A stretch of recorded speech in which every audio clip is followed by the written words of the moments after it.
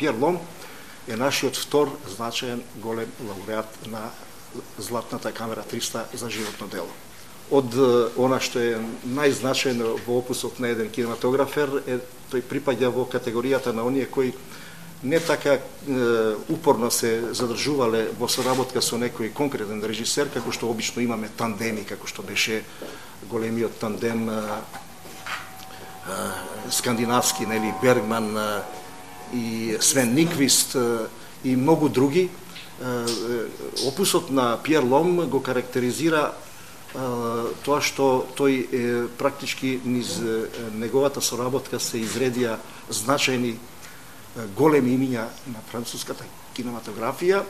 а тој со својата умешност да се адаптира на сечи стил беше еднакво успешен и во соработка со неколкумина странци, како што е на пример случајот со американецот Джеймс Ајвори, со кого има снимено 4 филма многу значајни во неговиот опус, или Клайн, другиот, но Ајвори е позабележите од она што е за него најзначајно